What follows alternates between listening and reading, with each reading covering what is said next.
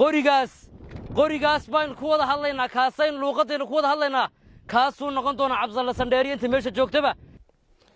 nalagu durdurin maayo ma taqaanaayay jabhadda uu wato ma taqaanaay bismillaahi raxmaani raxiim daawadayaal soo dhowaada waa maalinimo sabti ah taariikhdu ay ku beegan tahay 6 Diseembar 2025 wararkii ugu dambeeyay ayaan idin soo gudbinaynaa jabka xoogan ee gaaray kooxda buurta gacan libaax fashilka ay ka qaadeen damacoodii askartii ugu badnayd oo laga dilay ayaan idin soo gudbin doonaa dagaaladii ka dhacay magaalada Boorame saacadihii la soo dhaafay sidoo kale magaalada Saylac jabhad ayaa lagaga dhawaaqay oo ka soo horjeedo qorshaha Cabdiraxmaan Cirro ee buurta gacan libaax ay ka wado gobolka Awdal waa gobolada Awdal iyo sidoo kale Salal wararkii ugu dambeeyay Boorame ayaan idin soo gudbin doonaa salaadiin uu ka mid yahay Cadda Gude oo go'doon ku ah magaalada Boorame ayaan idin soo gudbin doonaa sidoo kale waxaad daawad doontaan inta warbixinteena ku guda jirno madaxweynaha Soomaaliland Cabdiraxmaan Cirro oo ka hadlay mar kale 24 saac gudahood xaaladda magaalada Boorame ka taagan go'aan culus oo uu qaaday ayaan idin soo gudbin doonaa sidoo kale muuqaalka ayaan idin la wadaagi doonaa balse marka koobaad soo dhawow muuqaalkan lay garee oo sii share garee si dad badan xogteena ay u gaarto hagaag magaalada Boorame waxaa ka taagan xaalad adag xilli 24 saac iyo 48 saac aan dhahno ugu dambeysay ay ka taagnaayeen iska hor imaadyo u dhaxeeyay dad shacab ah oo aan hubaysnayn iyo ciidamo military ah runtii waa wax aad looga xumaado in shacab aan wax huba haysan in loo adeegsado rasaas taas oo keentay dhimashada dad kor u dhaafaya ilaa 20 dhaawacano inta uu ka sii badan yahay salaadiin badan oo ka soo jeedo gobolka Awdal ayaa maanta dadkii hor yimid mudaharaadayay way isu soo baxeen waxay sheegeen in dadkooda ay la daran yihiin haddii sida ay wax u rabaan ay ula qaadan waayaanna iyaga laftirkooda ay u banaantay inay laayaan ila dhageysta salaadiinta hadalkooda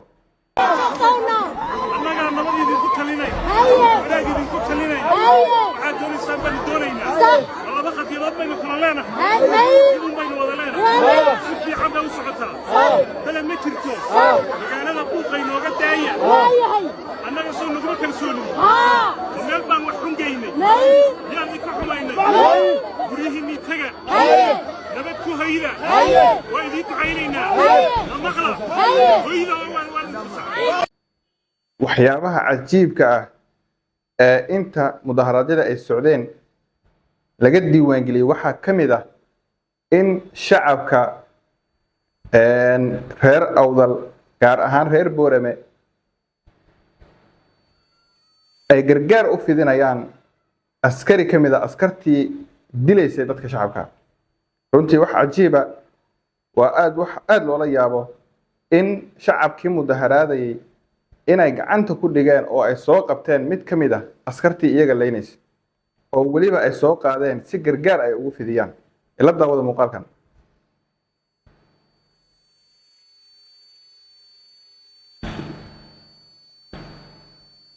runtii waxaa muuqato in shacabka reer Boorame ay yihiin dad goba oo laga gardarnaa isla markaana ay qaateen go'aan aad xasaasi u ah oo ah in aysan marnaba aqbalin in dhimasho ay ka xigaan in xukuumadda Soomaaliland ay meel mariso in uu qabsoomo bandhiga buugga xeerka Ciise oo shacabka reer Awdal iyo reer Salal gaar ahaan haddaan carabka ku dhufano beesha Gudabiirsi ama Samaroon ay si cad u diideen waxaad haddana aad ila daawataan sida shacabka dareenkooda ay u cabirayaan reer Boorame ay uga soo horjeedaan qorshaha xukuumadda أنا دقال إني بقالة أي شيء يعني أنت كم عن أي رن نقطة عبد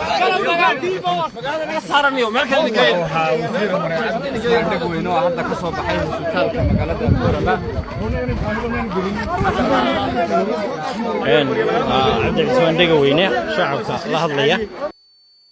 dhinaca kale madaxweynaha Soomaaliland Cabdiraxmaan Cirro oo u muuqdo nin ku fashilmay isku wadida iyo isu keenida bulshada iyo midnimadooda yaa hadda waxa uu lugaha kula jira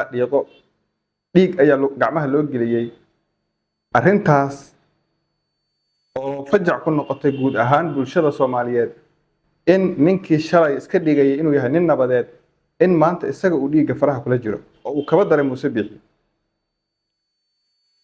24 saac la soo dhaafay gudaheed 2 jeer ayuu hadlay waa xalay oo uu hadlay iyo goor dhaweed oo uu hadlay labada jeerba hadalkiisu wuxuu u muuqday mid shacabka lagu dajinayo oo kaliya balse aan wax xala aan loo soo hay aan loo wadi waa arrin la rabo in lagu suuxiyo oo lagu damiyo kacdoonka shacabka ay sameynayaan xukuumadana ay halkeeda ka sii wadato hawsheeda balse dadku way fahamsan yihiin oo way ku baraarugsan yihiin wayna diideen Cabdiraxmaan Cirro xalay amar ayuu bixiyay wuxuu yiri ciidamada isaga baxaan ciidamada militariga isaga baxaan gudaha magaalada amarkii ma dhaqan gelin taa beddelkeed dagaal ayaa dhacay oo ciidankii Soomaaliland ee weerarka ku ahaa Boorame waxaa laga dilay ilaa 4 askari dhaawac ayaa sii dheer inkastoo ay sheegeen in ciidamadaas ay ahaayeen kuwa salaadiin galbinayay salaadiinta uu hogaaminaya Cabdi Gude ee Boorame ku sugan laakiin arrintaas waa xukuma jiraan arrintaas waxay u eg tahay mid markaasi xukuumaddu ay doonayso buurta gacan libaax ay doonayso in ay markaa ay ceebaha isaga dhaqdo way ku fashilmeen shacabka reer Boorame waxay muujiyeen geesinimo waxay dhaheen inaga waa isaga filannahay waan iska dhicinaynaa cid kasta oo ku soo duusho deegaanka wayahay Cabdiraxmaan Cirro oo 24 saac la soo dhaafay 2 jeer hadlay bal ila dhageysta muuqaalkii ugu dambeeyay ee uu iska soo duubay bismillaahi raxmaani raxiim dhammaan bulshada reer Soomaaliland gaar ahaan gobolka Awdal iyo caasimadiisa Boorame waxaan ugu baaqayaa nabad xasilooni iyo isku duubni umadeed madaxweyne ahaan waxaan diyaar u ahay wax kasta oo dhiigga dadkaygu ku baaqanayo wax kasta oo ummadaydu ku heshiinayso iyo wax kasta oo qarannimada Soomaaliland iyo dadkayga dan u ah maanta waxaan madaxweyne ahaan joojiyey munaasabadda xuska xeerkiisa anigoo ka eegaya danta guud iyo dareenka ummadayda annaga oo u dhegan nugul wax kasta oo maslaxad guud ee ummadda ku xidhan tahay iyo inaan dhaawac iyo murkucasho soo gaadhin wada noolaashiyaha dadka walaalaha ah ee reer Soomaaliland waxaan faraya ciidamada kala duwan ee nabadgelyada in la adkeeyo amniga khasaaro dambana aanu dhicin shacbigana waxaan ugu baaqayaa inay dareenkooda xakameeyaan maantana wax kasta waxa iga muhiimsan nolosha ummadayda ugu dambayn waxaan ayiidayaa oo aan adkaynayaa gogasha madax dhaqameedka reer Soomaaliland ee isxilqaamay ay u dhigeen beelaha walaalaha ah ee reer Awdal iyo reer Salad ciidamada nabadda ha sugaan dhammaanba dadka reer Soomaaliland gacmaha ha isu qabsadeen in la saxo wax kasta oo inaga khaldamaya waxaana ku kalsoonahay in dadkaygu ka heshiin doono wixii la isku maandhaafay walaalayaal inagoo danta guud eegayna ha la istajiyo nabadgelyada ha la ilaaliyo danta guud ha laga shaqeeyo xasiloonida ha la ilaaliyo nolosha dadka ayaa wax kasta inooga qaalisan wahagaag waxaad soo daawateen warkii ka soo baxay goor dhaweyd madaxweynaha Soomaaliland Cabdiraxmaan Ciro markaana gobolka Salal jabhad ayaa lagaga dhawaaqay waxayna wacad ku mareen in ay iska dhicinayaan oo dagaalka sida uu u bilaabmay uu yahay oo jabhadda buurta gacan libaax waa sida ay ku tilmaameen way ula jeedaan Cabdiraxmaan Ciro iyo kooxdiisa inay iska dhicinayaan oo ay gacan adag markaas isaga qaban doonaan iyagana ila daawada muuqaalkii ay iska soo duubeen iyo hanjabaadii ugu dambeysay ee ay direen u dhinteen inay difaacaan inay u istaagaan deegaankooga iyo dalkooga nimanka taandhooyinka saylax ku soo guraya taandhooyinka iyo baabuurta soo gurteen dhiigiin iyo dhaawiciin ay qaadi doonaan waxaan la hadlayaa ninka Cabdalla Sandheere la yiraahdo ee saylax maanta dhalinyarada kulaynaya ee ku caburinaya reer saylaxow reer awdalow reer salalow waxa weeyaan qaniimo inta saylax joogtaan ugu filan gada buursina meel ka soo jooga waxaan leeyahay nin kastoo bilaa qori buu ka fikirayaa bililaqa ragaa jabada gacan libaax baa bililaqa ugu filan horjoogaha waxaan leeyahay dhiigii shacabka daadasay wallaahi oo bilaahi oo taanu kaga harin ciidanka gacan libaax oo odayga dhakada hoolan wato dhulka waan ka sifaynaynaa hadda waxaan ku sugannahay buulinada gulis waana jabhadii waana guutadii labaad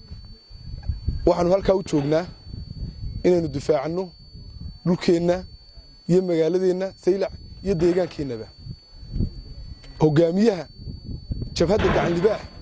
wuxuu xasuuq baan ugu geystay shacabkii iyo bulshadeennii sidaa darteed waxaa annaguna maanta naga go'an haddaanu nahay jabhadda guutada labaad reer awdalow gadarbuusiyow boorama inta joogta ha ku filnaato saylaxna loo baqi maayo nalagu durdurin maayo saylax ammaankeeda iyo mataqaanaayay jabhadda uu wato mataqaanaayay Cabdalla Sandheere annagaa qaniimaysanayna nin kastoo gadarbuusi ha ka diyaar galooba halku joogo aagana ha ka xidho waxaan sheegayaa wafdiga u soo diyaar galoobo inay wilbiraha nagu hortuntaan annagaa qaniimaysanayna waxay wataan annagaa ka qaadanayna saylax annagaa u joogna booramana ciddaa maanta u gurmatay ayaan ku ognahay ha la kala baado nin walba halkiisa ha ka galo xuduudaha la xidho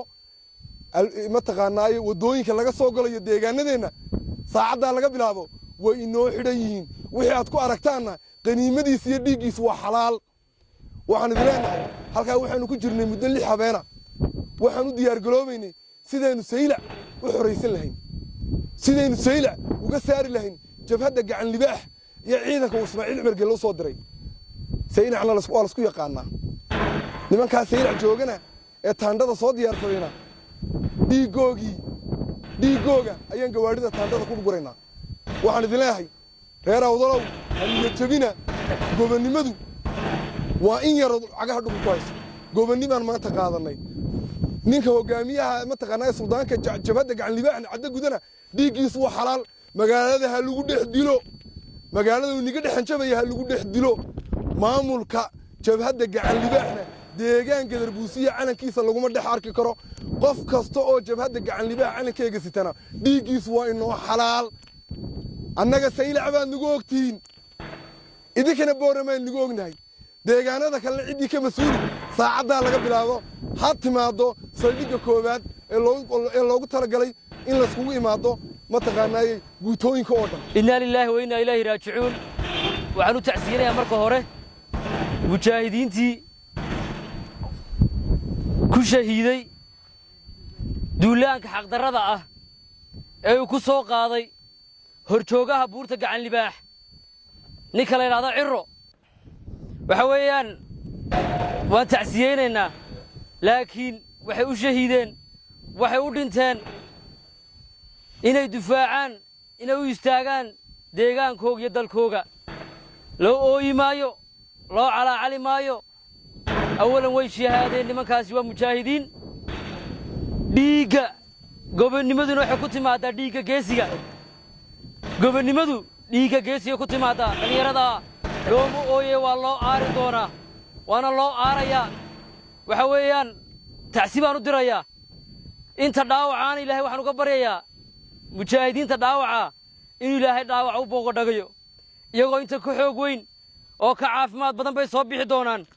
halgankana halkaasay ka sii wadi doonaan waxaan la hadlayaa horjoogaha buurta gacan libaax ninka ciro la yidhaahdo 6 cisho ka hor baan booraba ka soo baxnay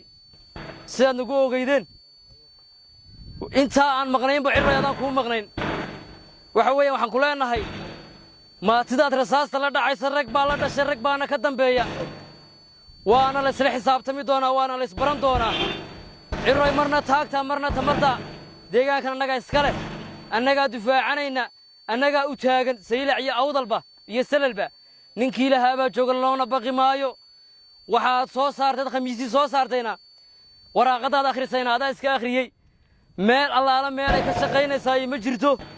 ha sugin inaad xeerkaasi aad sheegaysaa xaaraan tahay uu saylac ka dhaco nimanka taandhooyinka saylac ku soo guraya taandhooyinka iyo baabuurtaad soo gurteen dhiiggiin iyo dhaawiciinay qaadi doonaan miidadkiinay saylac ka qaadi doonaan taana xasuusnaada oo ogaada waxa weeyaan nimanbaa jooga saylac ku kalsoonnahay annaguna idiin sheegi maayo laakiinse waan ishaynaa raggu isbaran doonaa waxaan la hadlayaa ninka cabdalla sandheere la yidhaahdo ee saylac maanta dhallinyarada kulaynaya ee ku caburinaya reer saylacow reer awdalow reer salalow waxa weeyaan qaniimo inta saylac joogta inagu filan cabdalla sandheere intuu wataba qaniimaysta qorigaas baan ku wada hadlaynaa kaasaynu luuqadaynu ku wada hadlaynaa kaasuu noqon doonaa cabdalla sandheere inta meesha joogtaba qoriga uu haystana waa keennii innagaa iska leh maanta laga bilaabo innagaa leh waxa weeyaan innagay maxaabiis inoo yihiin war maxaabiista ka garbada joogo garbada ka qabo ka lughayo joogo lughayo ka qabo ka boorama joogo boorama ka qabo aynu hubka dhigista iyo waxa dawlad isku sheegga aynu ka dhiganayna aynu ku wareejinnay maanta hubkeennii wuu inoo soo noqday war maanta dhiiggeennu cirra xalaashaday dhiiggeenna ayuu cirra xalaashaday dhiiggeennu biyo ma noqonayo kaca oo dagaalama horeyna yidhi kaca waa tahay waxaa xusid mudan inaad ka soo bogateen jabhadda lagaga dhawaaqay magaalada saylac oo wacad ku maray in ay iska difaacayaan weerar kasta oo kaga yimaada xukuumadda waa hagaag dhinaca kale xukuumadda somalilan waxay eedeyn u jeedisay dowladda federaalka soomaaliya oo waxay sheegtay in ay faragelin ku hayso xiisadda ka taagan gobolka awdal xilli dowladda federaalka saacado ka hor ay soo saartay warqad ay ku sheegtay inay aad uga xun tahay waxa ka socdo magaalada boorama iyo guud ahaan gobolka awdal isla markaana ay sheegtay in ay diyaar u tahay inay gargaar u fidiso dadka ay dhibaatooyinka soo gaareen eedeyntan somalilan waxay ku soo aadaysaa xilli dowladda federaalka ay si toosa markaasi uga hadashay xaaladda ka taagan magaalada boorama haddaba haddaad nala soo gaartay dhammaadka muuqaalkan aragtidaada waa noo muhiim qaybta hoose ee faallada ama commentiga noogu reeb sidoo kalena muuqaalkan like gare siina share gare naguna soo biir haddaadan horey noola joogin